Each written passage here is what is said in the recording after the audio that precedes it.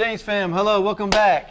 Today we have a very special topic to my heart, vintage, and I'm with the man, Vintage himself. His name is Vintage, okay? Anyways, hello.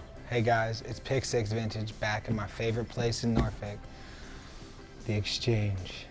Now, the reason I love this place so much is because we share a common goal and interest, and that is vintage. Vintage, okay. We do the vintage like he's saying.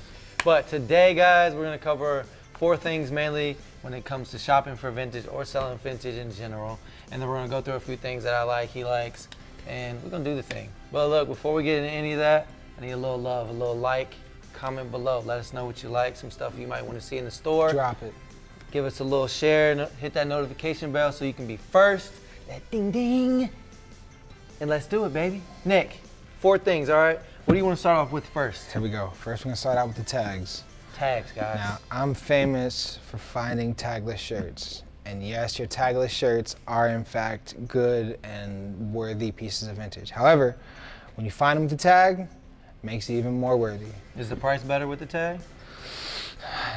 Depends what it is. Yeah, I was about to say, it depends on the item. Depending on the item, I mean, a tagless wrap tee is a tagless wrap tee. You know, that's $2,000 shirt as it is, you know, or a tagless Nirvana shirt is a tagless Nirvana shirt. I mean, you know, people are gonna buy them either way. Right. However, when they do have tags, 2 things we look for a ringer tag, which is a loop tag. Yep. It's gonna be fully looped all the way through. I'll show you a picture in a second.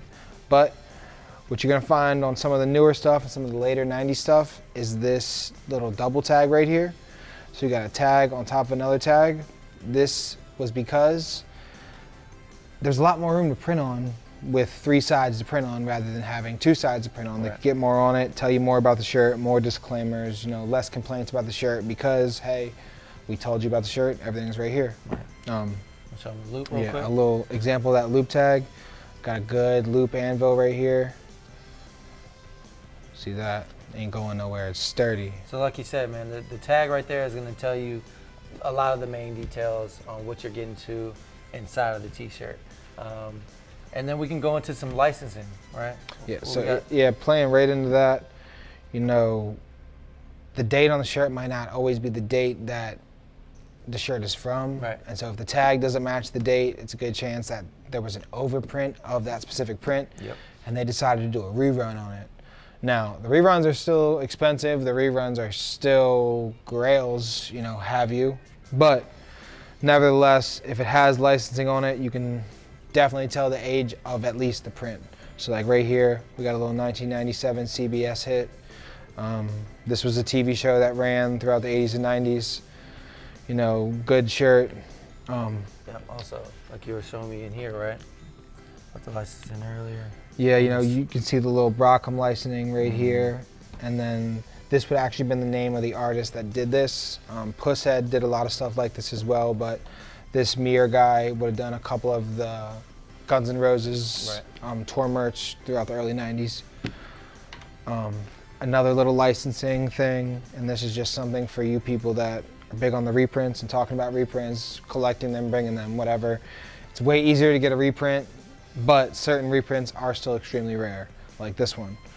This Ozzy shirt, this was a print that came out of his Crep. This would have been ran in the early 80s, possibly some in the early 90s, but this is a later 90s reprint. It's limited edition, and it's obviously an official reprint from his Crep. Okay. So yeah, absolute banger, but it does say reprint on there, but keep in mind, that's a good reprint. Right. There's levels to it. Levels, guys. Now, stitching, man.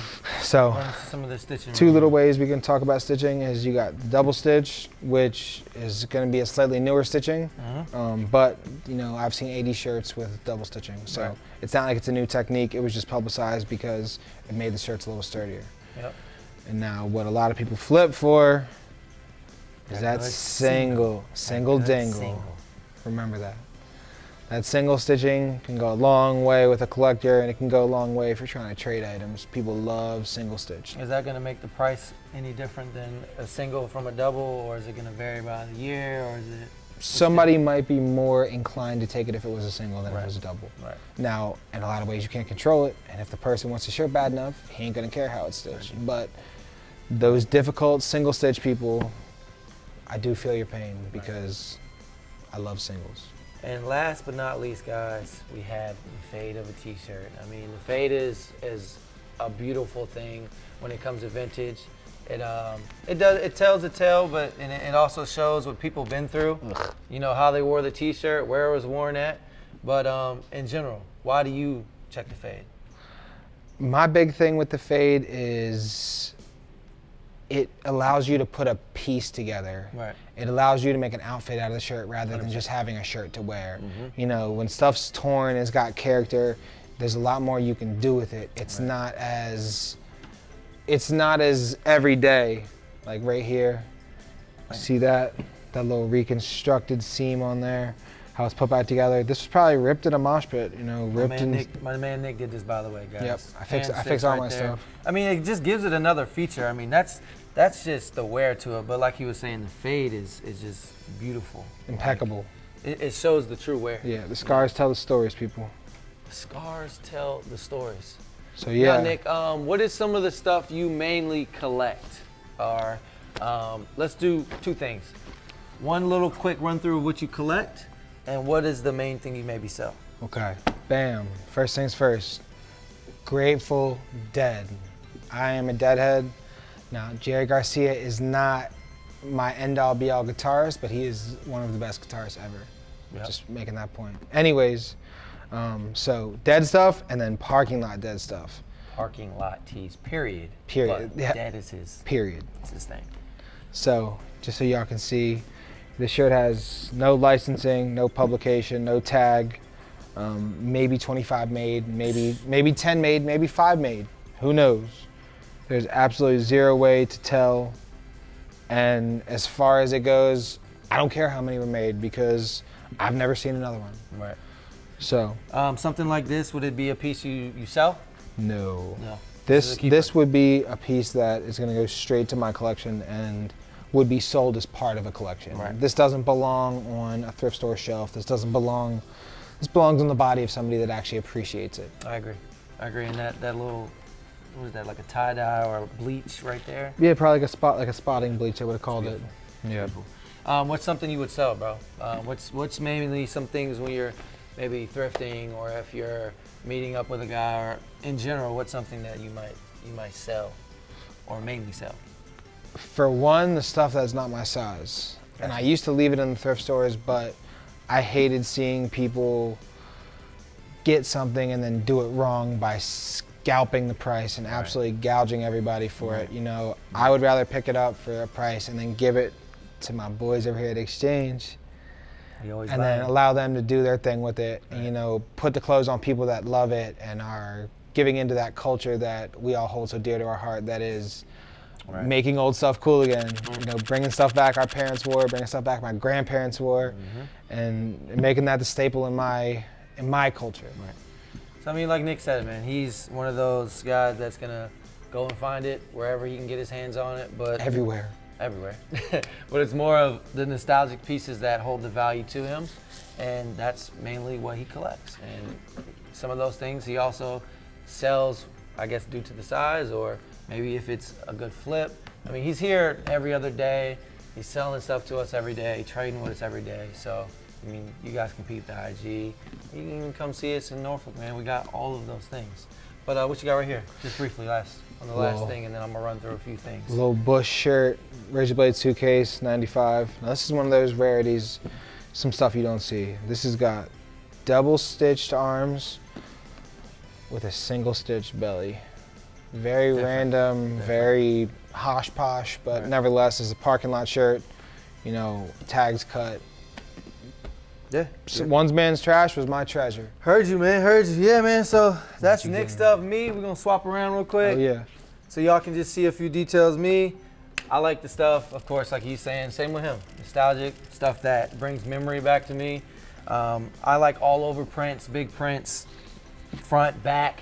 You know, stuff with a lot of color pop, things like that. So I mean, right here we got this Wayne bootleg, which this is something that when I was probably younger, you would see maybe in middle school, close to high school, that probably wouldn't get into school because of just, you know, you got the flag and things like that didn't really work at school. So in my neighborhood, I grew up in, Newport News. This is some stuff you would see in there. You know what I mean? Got the bootleg, nice tag in there. The loop tag. Good loop. That's right. Good loop, man. Okay. And stuff like that, I would, find those at probably like a truck stop. Yeah, truck stops, like gas stations. Little Asian market or That's something. right. Like anywhere where somebody was making bootlegs. Right. You gotta look out for them bootlegs too. Here goes another Wayne, man. I was a big Lil Wayne guy. I listened to literally all of his stuff. LimeWire, you know what I'm saying? The hard downloads, the stuff that might mess up your computer.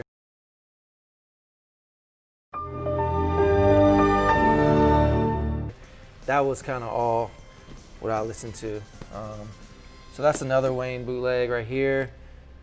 NASCAR tees. I recently got into these probably in the past, I would say like 6 years. I just like the color pop in general. Of course, a tee with a good fade. This is on that good Fruit of the Loom, that 90s. Fruities. Right there. As y'all can see, front and back. Good back. Look at the back on that thing, man. No guts, no glory, no bull. Beautiful. Just vintage. Just vintage, guys. And I'm gonna just show you one more tee, and then I think, man, we basically covered everything for you guys. We got the stitching, we got the licensing, we got the fade, we got everything you guys needed when it comes to shopping this stuff, bro. My man Nick gave you guys some details. I gave you guys a little bit of details. That's right. His opinion, my opinion. And we're gonna get up out of here. Oh wait, no. Also, wait, guys, we got a video coming at the end of this month. That's gonna blow your mind. Me and my man are gonna go shopping throughout Norfolk. There's a few pop-ups coming up. That's right. Nick's gonna go and with a little bit of money, and he's gonna Yeah, show y'all around a lot of bit of money. He's gonna show y'all how he gets down. I'm gonna show y'all how I get down. Some ways I like to buy. But yeah, guys, we're gonna get out of here. Please give us a little like, comment below, maybe something you'd like to see next on the next video, or something you like in the store or whatever.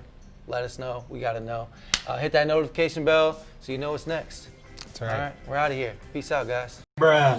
That our colors are on point. Beard? Because your beard's gonna ruffle it up a little bit. I mean, his joint's not that long. I couldn't believe I just got married, bro. You did? Yeah, that shit was crazy. When? Like 2 days ago. Then So all y'all knew but me. No, we literally told you weren't listening. Don't be too, like... robotic. Yeah. Bounce out of here. I didn't eat either. She goes, "You want Plaza?" I was like, "Yeah, I want Plaza." But Earlier, comment below some teas. I couldn't afford it otherwise. Everybody, this is Nick from Pick 6 Vintage here at the wonderful Exchange in Norfolk. 2. I thought you were gonna use that. I was like, that's fire. We're gonna use that. We're gonna use that when I pass. Oh, welcome back.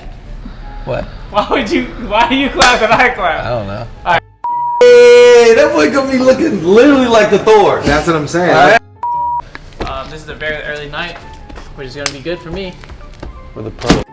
You about to try some wings? Wings is my favorite food, bro.